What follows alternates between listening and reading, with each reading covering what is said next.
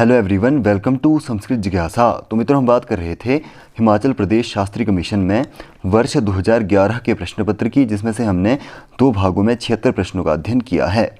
आज के इस अंतिम भाग में हम इन 76 प्रश्नों के अलावा जो भी संस्कृत से प्रश्न इस प्रश्न पत्र में पूछे गए थे उन सभी पर चर्चा इस वीडियो में हम करेंगे। तो चलिए वीडियो को शुरू करते हैं। विद्यारम्भं करिष्यामि सिद्धे भवतु मे सदा। तो इस भाग का पहला प्रश्न है, सांख्य शास्त्र का कौन सा सिद्धांत है? तो इनमें से है सत्कार्यवाद, जिसको हम कार्य कारणवाद के नाम से भी जानते हैं। तो यह सिद्धांत कार्य और कारण दोनों के संबंध का सिद्धांत है, क्योंकि जो भी कार्य होता है उसके पीछे कोई ना कोई कारण निश्चित होता है। जैसे कि बीज कारण है और उसका कार्य क्या है? पौधा। उसी तरह घट कार्य है और उसका कारण क्या है? मृत्तिका। तो हर कार्य के पीछे कोई ना कोई कारण अवश्य रहता है। तो जिस तरह से कार्य में कारण नित्य होता है, उसी प्रकार कारण में भी कार्य नित्य हो जाता है। यानी कि कारण के नित्य रहने पर कार्य भी नित्य हो जाता है, ऐसा इनका मानना था। जिसके लिए यह 5 युक्तियां भी देते हैं। असदकरणाद उपादान ग्रहणात् सर्वसंभवाभावात् शक्तस्य शक्यकरणात् और कारण भावाच्च। कारण भावात् इति सत्कार्यवादः। तो इस तरह से यह सत्कार्यवाद के 5 मुख्य युक्तियां थी। तो इसमें आपको ऑप्शन नंबर ए सही उत्तर इसका हो जाएगा। अगला प्रश्न है, सांख्य दर्शन कितने प्रमाण मानता है? तो सांख्य दर्शन के प्रणेता हैं कपिल मुनि। उसके बाद इनके शिष्य हुए जिन्होंने इसका प्रसार किया, आसुरी। आसुरी के बाद जिसने सांख्य का सबसे ज़्यादा प्रसार किया वह थे पंचशिख। और पंचशिख के जो शिष्य हुए वह हैं ईश्वर कृष्ण, जिनकी सांख्यकारिका सबसे ज़्यादा प्रसिद्ध है।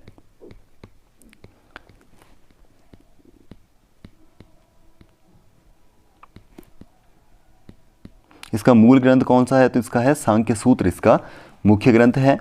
इसके अतिरिक्त पंचशिख जो थे उनके बहुत सारे और भी शिष्य हुए, जैसे कि जैगी शव्य। यदि आपसे पूछा जाए जैगी शव्य किस मत के आधारित आचार्य हैं, तो वह भी सांख्य आधारित मत के ही आचार्य हैं। इसके अतिरिक्त देवाट्य इनके ही शिष्य थे, यानी कि पंचशिख के ही शिष्य थे। पर मूल रूप से जो शिष्य थे वह थे ईश्वर कृष्ण, जिसका व्याख्यान ईश्वर कृष्ण ने सांख्यकारिका में किया है। तो इसका सबसे ज़्यादा ज्ञान जो हमें सांख्यकारिका का आधुनिक युग में मिलता है वह है सांख्यकारिका। तो इसमें 3 प्रमाणों की चर्चा हुई है। कौन कौन से?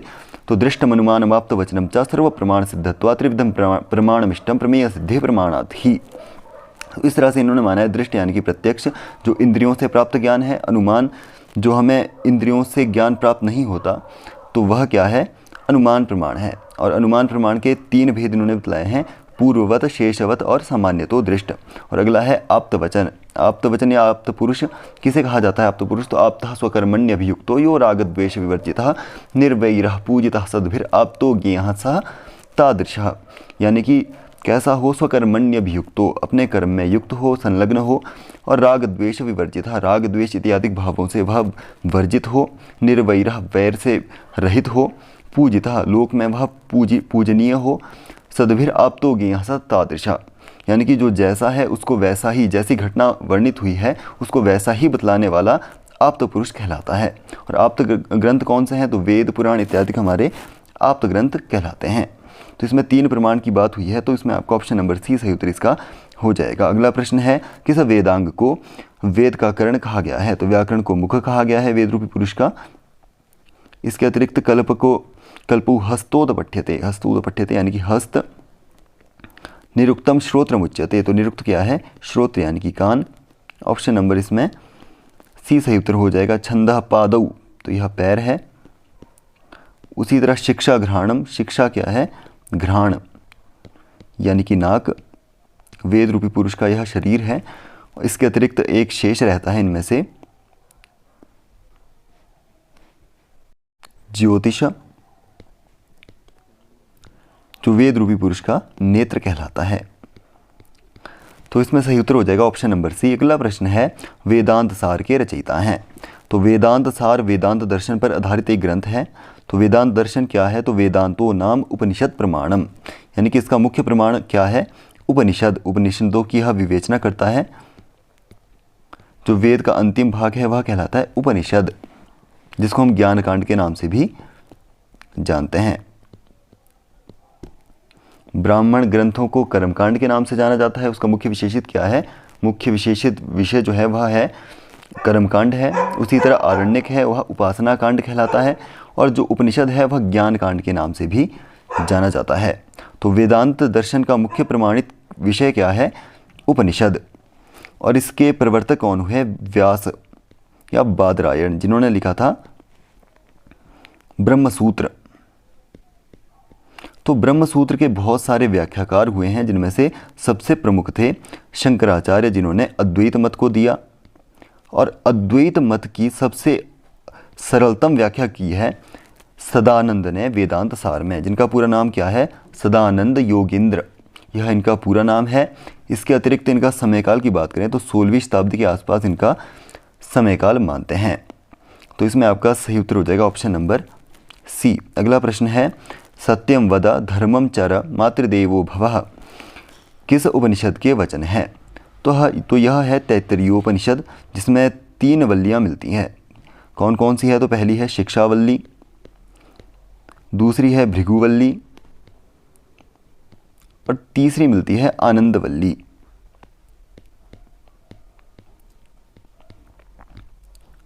तो इनमें से जो हमारी पहली वल्ली है, यानी कि पहला जो इसका प्रकरण है शिक्षावल्ली, उसमें बहुत सारे शिक्षा जो विद्यार्थी ग्रहण करते हैं उनसे संबंधित बहुत सारे उपदेश दिए गए हैं, यानी कि विद्यार्थी जीवन से संबंधित बहुत सारे उपदेश इसमें वर्णित किए गए हैं। जैसे कि आप यहाँ देख सकते हैं, सत्यम वद, सत्य बोलो, धर्मम चर, धर्म का आचरण करो, जैसे कि पिता के प्रति हमारा क्या धर्म है, या पुत्र के प्रति, माता के प्रति, गुरु के प्रति, वह क्या है? धर्म। धर्म शब्द से यहाँ पर व्यवहार अर्थ ग्रहण होता है। उसी तरह मातृदेवो भव, माता देवता है, उसी तरह पितृदेवो भव, पिता भी देवता के तुल्य है। उसी तरह गुरुदेवो भव या आचार्य देवो भव या अतिथि देवो भव। तो यह सभी वाक्य जो है शिक्षावल्ली में दिए गए हैं। ऑप्शन नंबर इसमें आपका सी सही उत्तर हो जाएगा। अगला प्रश्न है, अद्वैत वेदांत के प्रतिष्ठापक हैं। तो ब्रह्मसूत्र जो व्यास ने लिखा है वेदांत दर्शन पर, उसके बहुत सारे ऐसे व्याख्याकार हुए हैं, जिनमें से मुख्य 4 बहुत ज़्यादा प्रसिद्ध है। पहले है रामानुज, जिन्होंने वेदांत दर्शन पर श्री भाष्य का निर्माण किया, जो विशिष्ट अद्वैतावाद के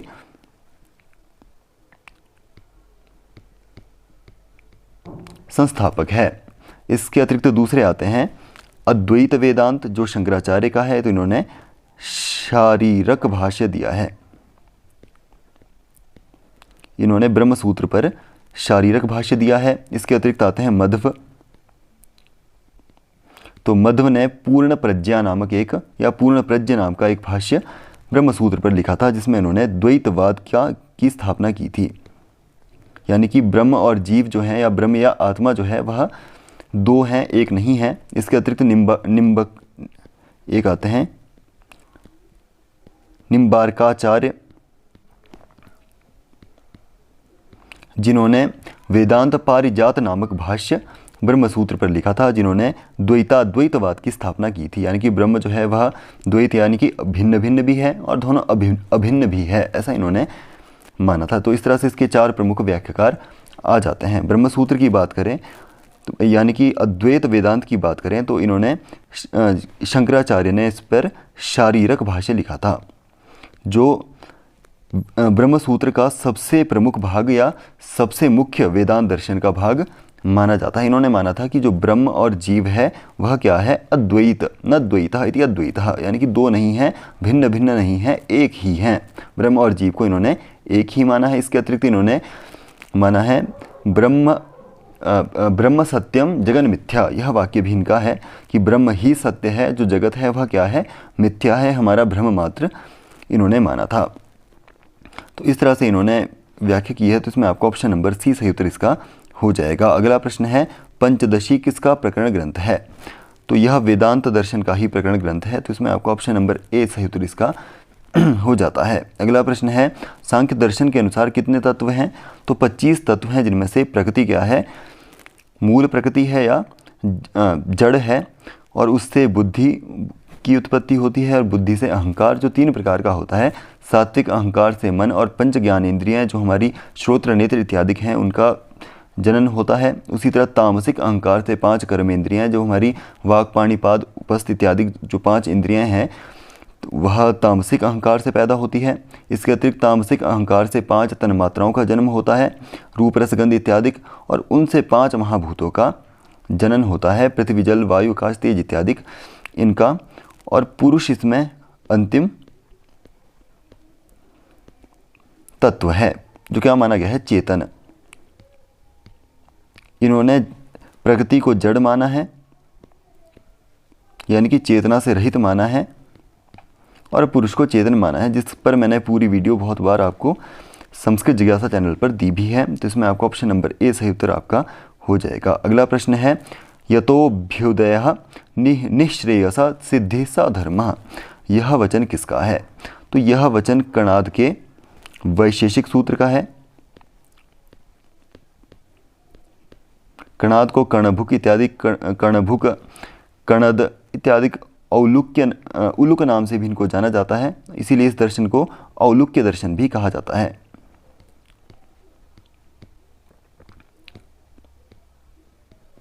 तो इन्होंने माना है वैशेषिक सूत्र में धर्म क्या है, तो इस पर बोलते हैं यतः, यानी कि जिससे संपूर्ण अभ्युदय, अभ्युदय यानी कि लौकिक संपदा या समृद्धि को सिद्ध किया जाए या उसको साधा जाए, और निःश्रेयसा यानी कि मोक्ष इनको साधा जाए, यानी कि जिसके द्वारा लौकिक संपदा या समृद्धि को साधा जाए और जिससे मोक्ष, निःश्रेयस यानी कि मोक्ष को साधा जाए, उसे क्या कहा जाएगा, धर्म कहा जाएगा। तो इसमें आपका ऑप्शन नंबर ए सही उत्तर आपका हो जाता है। अगला प्रश्न है, तर्कशास्त्र में न्याय वैशेषिक कर्म कितने प्रकार के कहे गए हैं?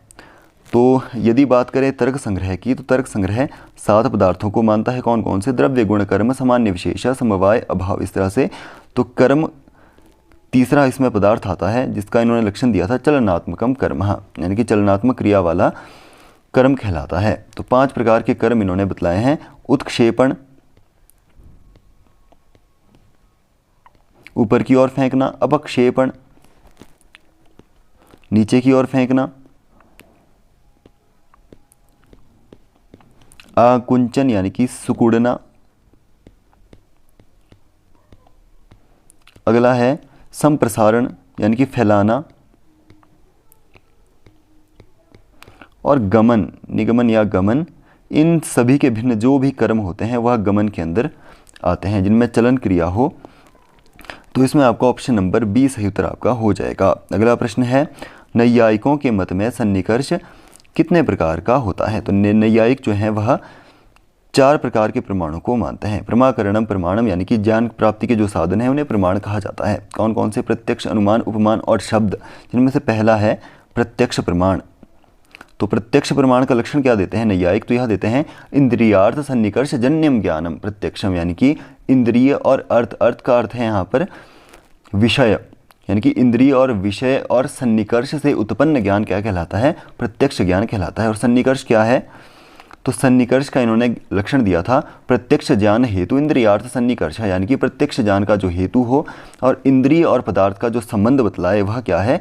सन्निकर्ष है। तो यह 6 प्रकार के होते हैं। कौन कौन से हैं? तो संयोग, संयुक्त समवाय, संयुक्त समवेत समवाय, समवाय समवेत समवाय और विशेषण विशेष्याभाव। इस तरह से यह 6 प्रकार के हो जाते हैं। तो इसमें आपका ऑप्शन नंबर डी सही उत्तर आपका हो जाएगा। अगला प्रश्न है, आचार्य सुश्रुत, सुश्रुत का संबंध किस शास्त्र से है? तो उनका संबंध आता है आयुर्वेद से। आयुर्वेद के मुख्य 3 आचार्य माने गए हैं, जिसके विषय में एक प्रसिद्ध श्लोक है कि सुश्रुतो सुश्रुते सुश्रुतो नैव वाग्भट्टे नैव वाग्भटः चरके चतुरो नैव सह वैद्यः किम करिष्यति, यानी कि जिसने सुश्रुत के वचनों को ना सुना हो और जो बाण भट्ट की तरह वाणी में संपन्न ना हो और चरक की तरह जो चतुर ना हो, वह वैद्य क्या ही कर लेगा। इस तरह से जो आयुर्वेद में यह कथन है। तो इनमें से बात करें सुश्रुत की, तो इन्होंने लिखा था सुश्रुत संहिता को, जो संबंधित थी आयुर्वेद से संबंधित। सुश्रुत का समयकाल माना जाता है 1वीं शताब्दी के आसपास। तो इसमें आपका ऑप्शन नंबर ए सही उत्तर आपका हो जाएगा। कौन सा ग्रंथ लिखा था इन्होंने? तो सुश्रुत संहिता।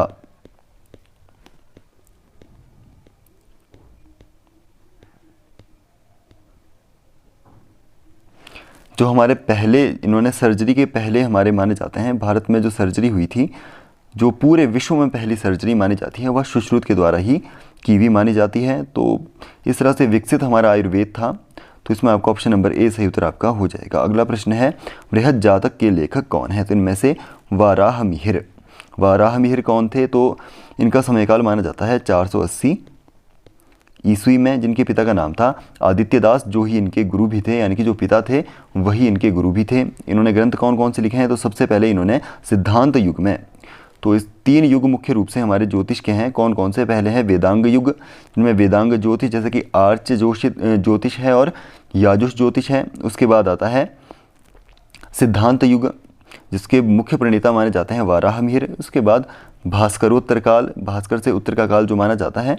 इस तरह से 3 हमारे युग ज्योतिष शास्त्र के माने जाते हैं। तो वाराहमिहिर की बात करें तो सबसे पहले इन्होंने पंच सिद्धांतों को संकलित किया था, यानी कि जो हमारे मुख्य 5 सिद्धांत थे उनको उन्होंने संकलित किया था, न कि उनको लिखा था। कौन कौन से थे? जिनमें से एक अभी मिलता है, पितामह, पुलिश, रोमक, वशिष्ठ और सूर्य सिद्धांत। इनमें से सूर्य सिद्धांत ही अभी प्राप्त होता है, जो कि आर्च या आर्ष ग्रंथ माना जाता है, जिसके लेखक का अभी तक ज्ञान नहीं होता है। तो इनके ग्रंथ कौन कौन से हैं? तो इनके ग्रंथ हैं बृहद जातक, बृहद यात्रा, बृहद संहिता, यह सभी इनके ग्रंथ माने जाते हैं। ऑप्शन नंबर बी इसमें आपका सही उत्तर आपका हो जाएगा। अगला प्रश्न है, सूर्य की अपनी राशि कौन सी होती है? तो सूर्य किस राशि का स्वामी है? तो सिंह राशि का वह स्वामी है। ऑप्शन नंबर बी सही उत्तर इसका हो जाएगा। अगला प्रश्न है, राशि चक्र में कुंभ राशि का स्थान कौन सा है? तो 5वीं राशि कौन सी है? तो 5वीं है सिंह राशि, 7वीं आती है तुला, 8वीं आ जाती है वृश्चिक और 11वीं आ जाती है कुंभ। ऑप्शन नंबर डी इसका सही उत्तर आपका हो जाएगा। अगला प्रश्न है, बुध ग्रह की उच्च राशि कौन सी है? तो बुध ग्रह की उच्च राशि आती है कन्या। ऑप्शन नंबर बी सही उत्तर इसका हो जाएगा। और कन्या से जो 7वीं होगी वह इसकी क्या हो जाएगी? नीच राशि हो जाती है। तो जितने भी जिस ग्रह की जो उच्च राशि होती है उनसे यदि हम सप्तम देखें तो वह उसकी नीच राशि निकलकर हमारे सामने आ जाती है। अगला प्रश्न है, सामवेद के ब्राह्मण ग्रंथों की संख्या है? तो सायण ने 8 इसके ब्राह्मण संकलित किए हैं। कौन कौन से? अष्टौ ही ब्राह्मण ग्रंथाः प्रौढ़म ब्राह्मणमादिमं षड्विंशाख्यं द्वितीयं स्यात् ततः सामवेदिर्भवेत् आर्षेयं देवताध्यायो भवेदुपनिषद तथा संहितोपनिषद वंशो ग्रंथ अष्टावितीरिताः, यानी कि 8 ब्राह्मण ग्रंथ इन्होंने माने हैं। पहला प्रौढ़म यानी कि पंचविंश यानी कि इसमें पंचविंशति यानी कि 25 अध्याय हैं। उसी तरह षड्विंश दूसरा है षड्विंशाख्यम द्वितीयम स्यात्, क्योंकि इसमें 26 अध्याय हैं इसलिए इसको षड्विंश नाम से जाना गया है। अगला है सामविधान, अगला आता है आर्षेय, अगला आता है देवताध्याय, अगला आता है उपनिषद ब्राह्मण, अगला आ जाता है वंश ब्राह्मण, अगला आता है संहितोपनिषद, जिसको हम दैवत ब्राह्मण के नाम से भी जानते हैं। तो इस तरह से इसके 8 ब्राह्मण ग्रंथ हो जाते हैं। पहला, दूसरा, तीसरा, चौथा, 5वां, 6ठा, 7वां और 8वां। तो संहितोपनिषद को ही दैवत ब्राह्मण के नाम से भी जाना जाता है। तो यह सभी सामवेद के ब्राह्मण ग्रंथ है। तो इसमें आपका ऑप्शन नंबर डी सही उत्तर आपका हो जाएगा। अगला प्रश्न है, ऋत्विज कितने प्रकार के होते हैं या कितने होते हैं? तो 4 ऋत्विज होते हैं चारों वेदों के। ऋत्विज यानी कि हमारे जो वेद हैं उनमें यज्ञ कर्म प्रतिपादित किया गया है और उसको करने के लिए ऋत्विजों की आवश्यकता पड़ती है, पुजारियों की आवश्यकता पड़ती है। तो जो यज्ञ कर्म करवाते हैं वह ऋत्विज कहलाते हैं। तो कौन कौन से हैं? तो पहला है होता, जो ऋग्वेद से संबंधित है। दूसरा है यजुर्वेद से संबंधित अध्वर्यु, सामवेद से संबंधित उद्गाता, और चौथा मिलता है ब्रह्मा, जो अथर्ववेद से संबंधित है। ऑप्शन नंबर सी सही उत्तर इसका हो जाएगा। अगला प्रश्न है, ऋग्वेद में सूक्तों की संख्या है। तो ऋग्वेद के मंडल क्रम में 10 मंडल मिलते हैं और उसमें सूक्तों की संख्या है 1028, यानी कि 10,017 मूल सूक्त हैं और इसके अतिरिक्त इसमें 11 खिल सूक्त मिलते हैं, वालखिल्य सूक्त, तो इनको मिला दिया जाए तो यह 1028 हो जाते हैं। ऑप्शन नंबर डी सही उत्तर इसका हो जाएगा। अगला प्रश्न है, ऋग्वेद में कुल कितने अध्याय हैं? तो अष्टक्रम की बात यहाँ पर की गई है। तो अष्टक्रम में 8 अष्टक हैं और प्रत्येक अष्टक में 8 अध्याय हैं, यानी कि 8 को 8 से गुणा कर दिया जाए तो 64 अध्याय निकल कर आ जाते हैं और 2006 उसमें वर्गों की संख्या है। तो ऑप्शन नंबर ए इसका सही उत्तर हो जाएगा। अगला प्रश्न है, ईशावास्योपनिषद उपनिषद किस वेद से संबंध उपनिषद है? तो ईशावास्योपनिषद उपनिषद शुक्ल यजुर्वेद की 2 शाखाएं हैं। कौन कौन सी? माध्यन्दिनीय और काणव शाखा। तो माध्यन्दिनीय शाखा का जो 40वां अध्याय है, माध्यन्दिनीय संहिता को ही वाजसनेयी संहिता के नाम से भी जाना जाता है। तो 40वें अध्याय का नाम है ईशावास्योपनिषद, जिसमें मंत्रों की संख्या है 18, जिसमें विद्या अविद्या का सबसे मुख्य विवेचित विषय माना जाता है इसका, विद्या अविद्या का, जैसे कि विद्यया अमृतमश्नुते इसका ही वाक्य है। तो इसमें आपका ऑप्शन नंबर बी सही उत्तर आपका हो जाएगा। अगला प्रश्न है, सत्यमेव जयते नानृतम, यह वाक्य किस ग्रंथ का है? तो यह लिया गया है मुंडकोपनिषद। तो अथर्ववेद के 3 उपनिषद ग्रंथ हैं। कौन कौन से? मुंडक, मांडुक्य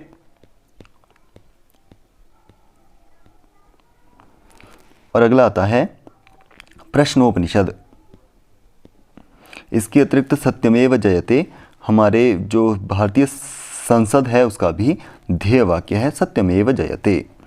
अगला प्रश्न है, इनमें कौन सा दर्शन नास्तिक दर्शन कहलाता है? तो इनमें से जो लोकायत दर्शन है, या इसको चार्वाक दर्शन कहा जाता है, चार्वाक के अतिरिक्त इसको बृहस्पत्य दर्शन कहा जाता है। इसके अतिरिक्त इसको अनीश्वरवादी, प्रत्यक्षवादी, सुखवादी इत्यादि बहुत सारे नामों से जाना जाता है और वो यह दर्शन नास्तिक शिरोमणि दर्शन कहलाता है।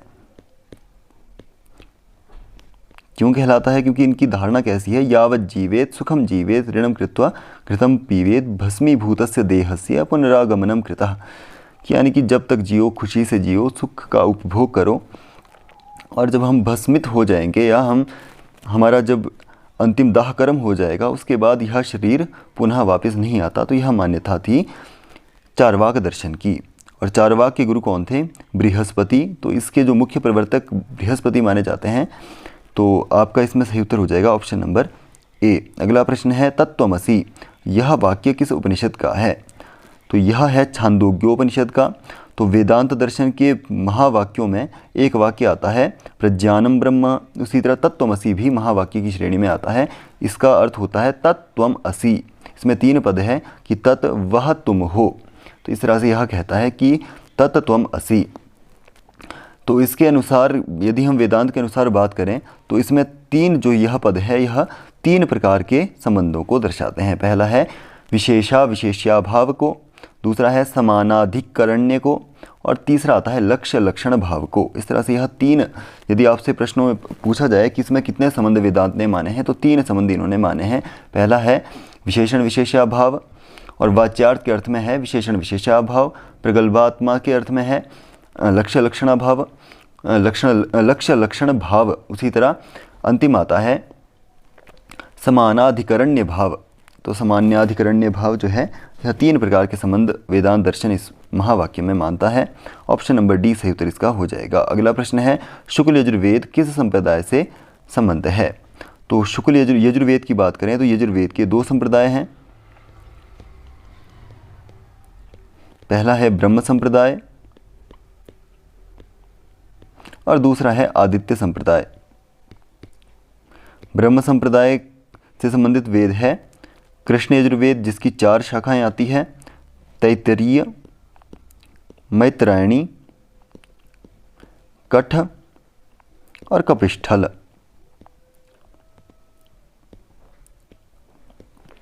इस तरह से आदित्य संप्रदाय का वेद है शुक्ल यजुर्वेद, जिसकी 2 शाखाएं आती है, माध्यन्दिनीय या जिसको हम वाजसनेयी नाम से जानते हैं, और दूसरी आती है काण्व शाखा। तो इसमें आपका ऑप्शन नंबर ए सही उत्तर आपका हो जाएगा। अगला प्रश्न है, निरुक्त के प्रणेता हैं। तो निरुक्त क्या है? तो यह निघंटु का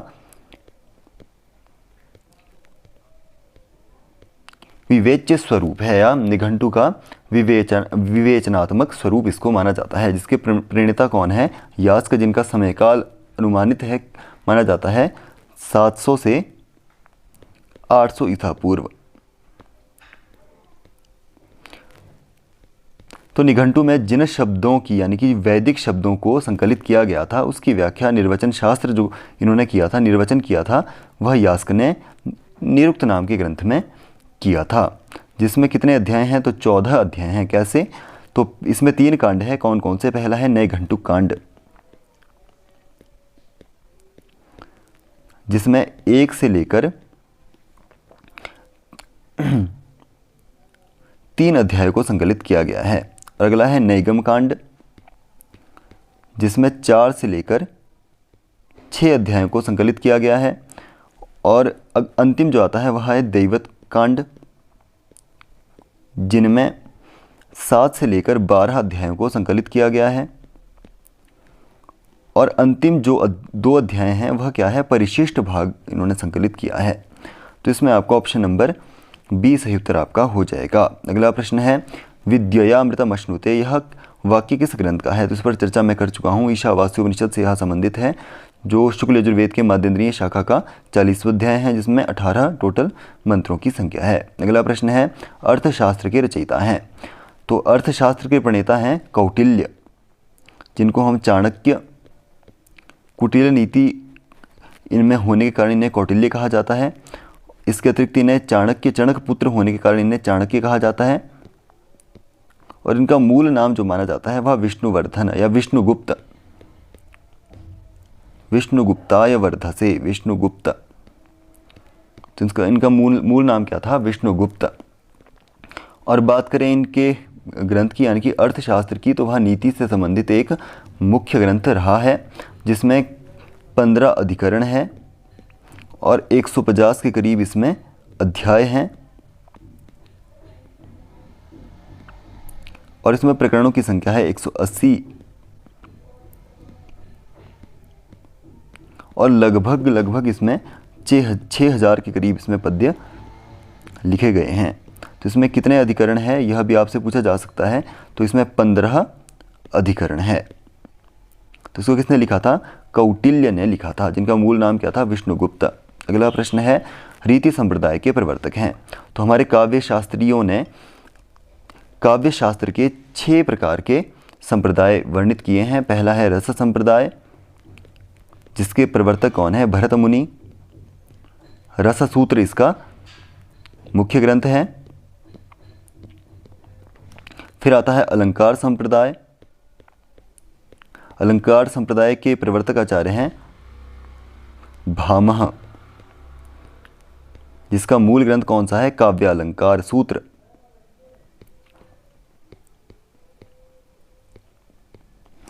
इसके अतिरिक्त रस के बाद रीति संप्रदाय आता है। इसके अतिरिक्त जिसके प्रवर्तक कौन थे? वामन, जिन्होंने काव्य अलंकार सूत्र वृत्ति का निर्माण किया है।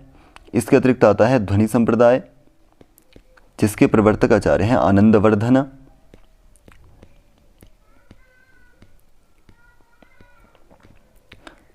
जिसका मूल ग्रंथ क्या है? ध्वन्यालोकः। इसके अतिरिक्त आता है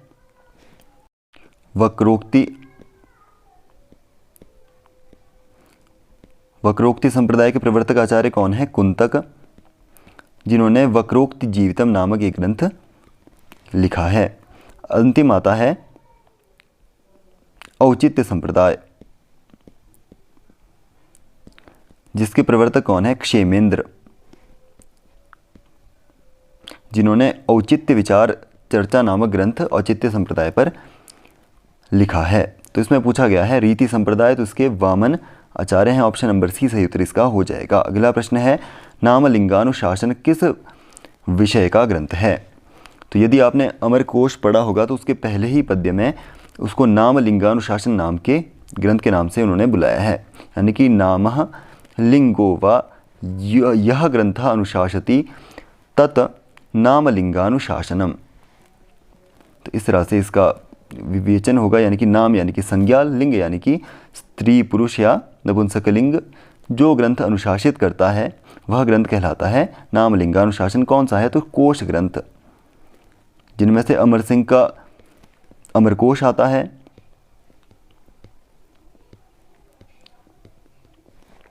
इसके अतिरिक्त शब्दकल्पद्रुम नामक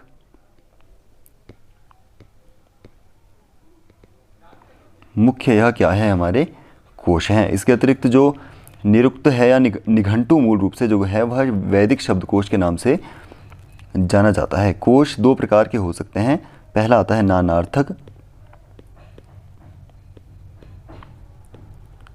और समानार्थक, यानी कि एक ही अर्थ में प्रयोग होने वाले कई शब्द, और नानार्थक यानी कि एक ही शब्द के बहुत सारे अर्थ। तो यह इसका मूल विषय रहता है। तो इसमें आपको ऑप्शन नंबर बी सही उत्तर इसका हो जाएगा। अगला प्रश्न है भगवान शब्द किस पुरुष का सर्वनाम है? तो हमारे व्याकरण शास्त्र में 35 सर्वनाम संज्ञक शब्द वर्णित किए गए हैं। कौन कौन से हैं? तो उनमें कई बार चर्चा कर चुका हूँ। सर्व, विश्व, उभ, उभय, डतर, डतम इत्यादि जो है यह 35 सर्वनाम संज्ञक शब्द कहलाते हैं, जिनमें से भवत भी एक सर्वनाम संज्ञक शब्द है। तो इनमें से भवत की बात करें तो यह चलता है प्रथम पुरुष की क्रिया के साथ, जैसे कि भवान गच्छति हम कभी नहीं बोलते भवान गच्छसि, यह गलत प्रयोग है। तो भवान गच्छति ही रूप इसमें चलता है। तो यह किसके साथ चलता है? प्रथम पुरुष की क्रिया के साथ यह भवान शब्द या भवत शब्द चलता है। भवान भवन्तौ भवन्तः, भवन्तम भवन्तौ भवतः, इस तरह से इसका रूप चलता है पुल्लिंग में और स्त्रीलिंग में। भवति भवत्यो भवत्यः इस तरह से स्त्रीलिंग में चलता है। उसी तरह से कुछ सर्वनाम संज्ञक शब्द है जो मध्यम पुरुष में चलते हैं, जैसे कि युष्मत शब्द है, यह भी सर्वनाम संज्ञक शब्द है जो तीनों लिंगों में समान होता है। त्वम, युवाम, यूयम, इस तरह से इसका रूप चलता है। तो यह मध्यम पुरुष में ही चलेगा, जैसे कि त्वम गच्छसि या त्वाम गच्छसि, इस तरह से यह मध्यम पुरुष में ही प्रयोग होता है। उसी तरह अस्मद शब्द है, तो यह उत्तम पुरुष की क्रिया के साथ ही चलता है। अहम गच्छामि या मया गम्यते, इस तरह से गम्ये, इस तरह से इसके रूप चलेंगे। तो इसके अतिरिक्त इसमें आपका सही उत्तर हो जाएगा ऑप्शन नंबर ए। अगला प्रश्न है इनमें कौन सा शुद्ध वाक्य है? तो पहला है नास्ति में लवणस्य प्रयोजनम। तो इसमें प्रयोजन शब्द है तो हेतु सूत्र, इसमें एक सूत्र लग जाएगा कारक प्रकरण का हेतु हो, जो कहता है कि हेतवर्थे तृतीया। तो यहाँ तृतीया विभक्ति यहाँ पर आ जाएगी। तो जैसे कि हम कहेंगे याने घटेन किम प्रयोजनम, तो जिसमें प्रयोजन का आरोप किया जाता है उसमें तृतीया विभक्ति हो जाएगी। तो इसमें क्या है? नास्ति में नहीं है मेरा लवण से प्रयोजन। तो यहाँ पर प्रयोजन का जो आरोप हुआ है वह किस पर हुआ है? लवण पर। तो इसमें जो है तृतीया हो जाएगी लवण में। तो इसमें आपका ऑप्शन नंबर बी सही उत्तर आपका हो जाएगा। अगला प्रश्न है पंचांग शब्द किस शास्त्र में अधिकतर प्रयोग में आता है? तो ज्योतिष में आता है तिथि वारंच नक्षत्रम योग करणमेव च, इस तरह से 5 अंग इसके आते हैं, तिथि वार नक्षत्र योग और करण। अगला है शुद्ध वाक्य चिन्हित करें। तो इसमें देखा जाए तो ए और बी इसमें दोनों ही शुद्ध लग रहे हैं, परंतु मूल रूप से बात करें जिसमें सबसे शुद्ध वाक्य है वह है भवद्भ्यः स्वागतम। तो इसमें आपका ऑप्शन नंबर बी सही उत्तर आपका हो जाएगा। अगला प्रश्न है उपस्करः शब्द का अर्थ है। तो फर्नीचर, फर्नीचर के लिए उपस्कर शब्द प्रयोग में आता है। अगला प्रश्न है अंधों में काना राजा, यह लोकोक्ति की संस्कृत है। तो याचनांतम ही गौरवम यह नहीं है। और निरस्त पादपे देशे एरंडोपी त्रुमायते, तो यह इसका सही उत्तर हो जाएगा ऑप्शन नंबर बी। सर्वनाशे समुत्पन्ने अर्धत्यजीत पंडितः, यानी कि भागते चोर की लंगोटी ही सही। तो यह इसका आ जाता है इष्ट लाभ परमम सुखम, इष्ट के मिलने पर परम सुख होता है। तो इसका सही उत्तर हो जाएगा ऑप्शन नंबर बी। अगला प्रश्न है कौन सी संस्था प्राचीन भारतीय ज्ञान विज्ञान और संस्कृत भाषा का प्रचार प्रसार कर रही है? तो इनमें से कर रही है संस्कृत भारती। तो संस्कृत भारती की स्थापना हुई थी 1887 में 1987 में, और मूल रूप से जो इनके प्रवर्तक माने जाते हैं उनका नाम है चमू कृष्ण शास्त्री।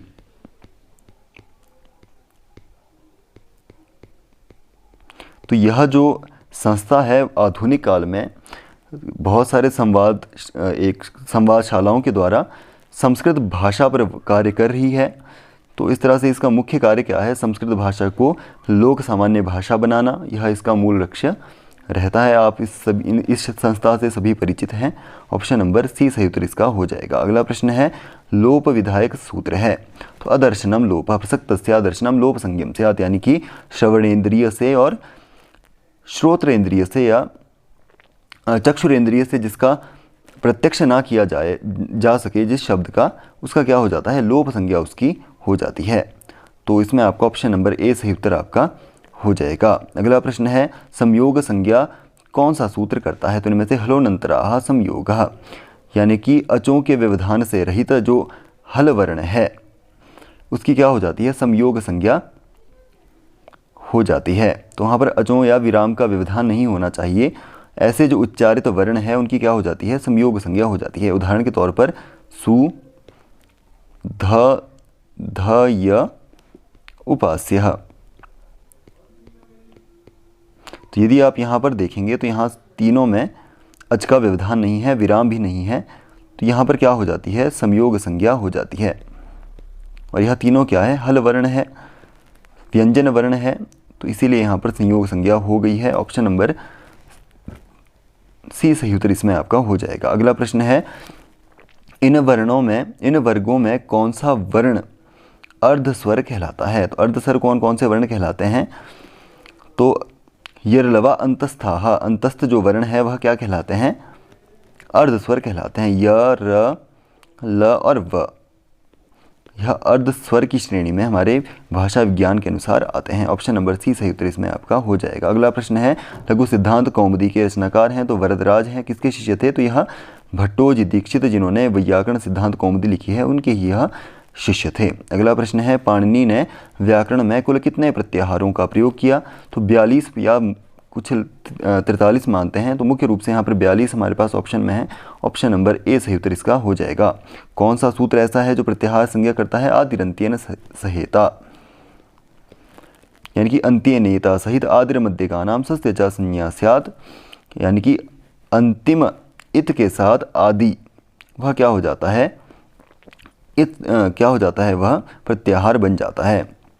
तो इस पर आपका ऑप्शन नंबर ए सही उत्तर आपका हो जाएगा। अगला प्रश्न है हर इह का संधि विच्छेद है। तो इसका संधि विच्छेद है हरे जमा इह। तो यहाँ पर ए के स्थान पर अय आदेश हो जाएगा। तो यहाँ पर स्थिति बन जाएगी हर य और इह। तो यहाँ पर यकार य और व का लोप होता है विकल्प से, लोपः शाकल्यस्य सूत्र से, विकल्प से हैं तो यहाँ पर हर यह शेष मात्र रहेगा। और जो विकल्प के अभाव में यानी कि लोप के अभाव में हर यह यहाँ पर रूप बनेगा। तो यहाँ पर दो रूप बनते हैं, तो इसमें आपका ऑप्शन नंबर इसका जो विच्छेद हो जाएगा ऑप्शन नंबर ए सही उत्तर इसका हो जाएगा। अगला प्रश्न है उपैति पद का संधि विच्छेद कौन सा है। इसका संधि विच्छेद हो जाएगा उपजमा एति। तो वृद्धि संधि में एक सूत्र आता है एत्येधत्यूट्सु, यानी कि अवर्ण से अवर्णांत से इण एद और उठ शब्द परे रहने पर पूर्व और पर के स्थान पर वृद्धि रूप एक आदेश हो जाता है। तो यहाँ क्या है, पूर्व में अवर्ण है और पर में इण गतौ धातु है। इण गतौ धातु से बनता है एति। तो यह पर में रहने पर यहाँ पर वृद्धि हो चुकी है। उसी तरह यदि एद धातु परे रहने पर उपेधते उपैधते बन जाता, और उसी तरह उठ परे रहने पर क्या हो जाता, वृद्धि रूप एक आदेश यहाँ पर हो जाता। तो अगला प्रश्न इसका सही उत्तर हो जाएगा ऑप्शन नंबर बी। अगला प्रश्न है हरि औ का रूप है। तो औ कहाँ पर होता है, सुबंत प्रक्रिया में सु औ जस अम औट शस। औ कहाँ बनता है, तो प्रथमा विभक्ति के द्विवचन में। तो द्विवचन में क्या बनता है, हरि इकारांत पुल्लिंग शब्द का, तो हरि हरि हरयः, तो दीर्घ ई आ जाएगा। तो इसमें आपका ऑप्शन नंबर ए सही उत्तर आपका हो जाएगा। अगला प्रश्न है प्रेजते में कौन सा संधि प्रकार है? तो इसमें प्र जमा एजते इसका संधि विच्छेद हो जाएगा और यहाँ पर रूप संधि हो जाएगी एंगी पर रूपम सूत्र से।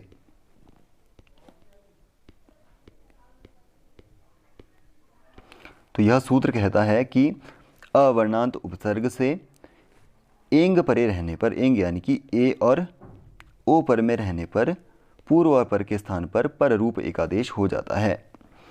तो यहाँ पर प्र अवर्णांत उपसर्ग है, प्र परा अप सम सम इत्यादि जो कुछ सम नहीं आता, यह हलंत उपसर्ग है, परंतु जो इनमें से जो अवर्णांत उपसर्ग है वह क्या है, उनकी यहाँ पर ग्रहण किया जाएगा।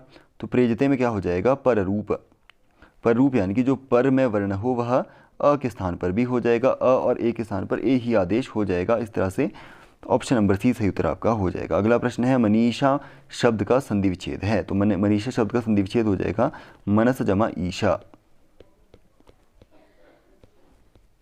तो इसमें एक सूत्र लगेगा अचोन्त्यादि टी, यानी कि अचो के मध्य में जो अंतिम अच हो वह आदि में हो जिसके, उसकी क्या हो जाएगी, टी संज्ञा हो जाती है।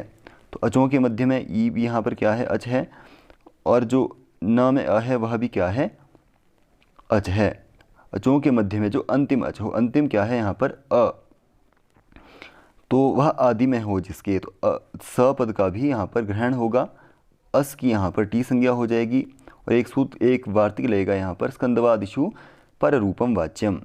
तो यहाँ पर अस पद को जो है पर रूप की तरह हो जाएगा, अस को क्या हो जाएगा, ई आदेश हो जाएगा। तो क्या बन जाएगा, मनीषा।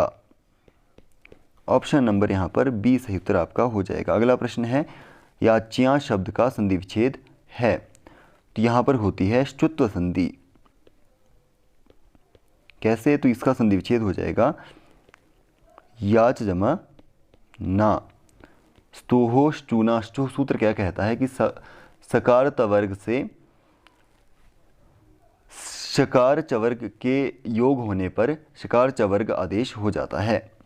तो यहाँ पर योग क्या बन रहा है, न का, यह क्या है, तवर्ग है, तवर्ग के स्थान पर क्या हो जाएगा, चवर्ग आदेश हो जाएगा। तो न का उच्चारण स्थान क्या है, नासिका, और चवर्ग में कौन सा ऐसा वर्ण है जिसका उच्चारण स्थान नासिका ही हो, तो वह है या। तो यहाँ पर या का ग्रहण होगा तो क्या बन जाएगा, याच्या बन जाएगा। तो यहाँ पर ना के स्थान पर क्या आ जाएगा, या आदेश हो जाएगा। कौन से सूत्र से, तो स्तोहो श्चूनाशु जो कहता है कि सकार तवर्ग के स्थान पर शकार चवर्ग होता है। कब होगा, शकार चवर्ग के योग होने पर। तो इसमें आपका ऑप्शन नंबर बी सही उत्तर आपका हो जाएगा। अगला प्रश्न है कि केश विन्यास के अर्थ में सीम अंतः की संधि होती है। तो यहाँ पर अच से अक परे रहने पर सवर्ण, अच के सवर्ण अक परे रहने पर क्या हो जाता है, सवर्ण दीर्घ संधि हो जाती है। तो यहाँ पर सवर्णी क्या है, तो अ और अ यहाँ पर सवर्णी है, इसलिए यहाँ पर दोनों के स्थान पर आदेश हो जाएगा और दीर्घ हो जाएगा सीमांतः। ऑप्शन नंबर बी सही उत्तर इसका हो जाएगा। अगला प्रश्न है हरेव इस पद में अ के स्थान पर खंडाकार चिन्ह दर्शाता है। यह दर्शाता है पूर्व रूप संधि को। तो यहाँ पर कौन सा सूत्र लगता है, एंग पदांतादति सूत्र यहाँ पर लगता है, जो कहता है कि पदांत एंग से ह्रस्व आकार पर में रहने पर पूर्व पर के स्थान पर पूर्व रूप एक आदेश हो जाता है। पदांतादति।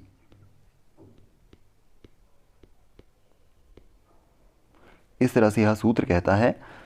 कैसे यहाँ पर कार्य होगा, तो यह कहता है कि एंग, एंग यानी कि ए और ओ, उससे परे क्या हो, अवर्ण, उसको क्या हो जाएगा, पूर्व रूप एक आदेश हो जाएगा।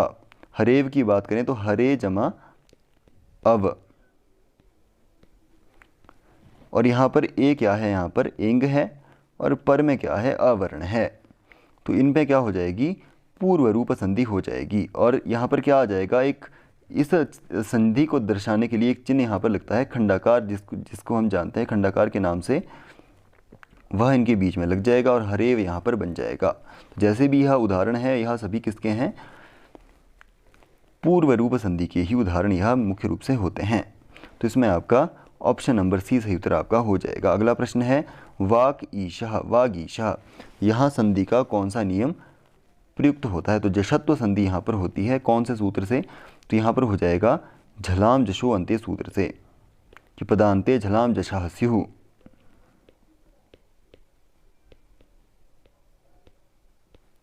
यह सूत्र कहता है कि पदांत में झलों को जश आदेश हो जाता है। झल यानी कि वर्गों के जितने भी वर्ग हैं हमारे क, कु, चु, टू, तु, पु, सभी के पहले, दूसरे, तीसरे और चौथे वर्ण को जश आदेश हो जाता है। जश यानी कि इसके अतिरिक्त शल, शशसह यानी कि ऊष्म वर्ण को भी जश आदेश हो जाता है। जश यानी कि वर्गों के तृतीय वर्ण। जैसे कि इसके बहुत सारे आपने उदाहरण देखे होंगे। उदाहरण के तौर पर जशत्व की को ही ले लिया जाए तो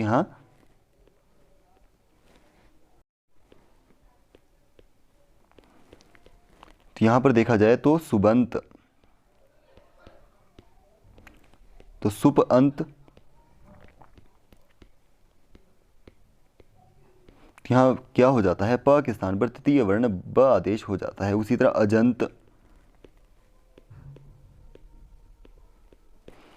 तो यहाँ पर भी अच, चकार के स्थान पर चवर का तृतीय वर्ण आ जाता है, अजंत बन जाता है। उसी तरह बहुत सारे हैं, जगदीश है, जगत जमा ईशः,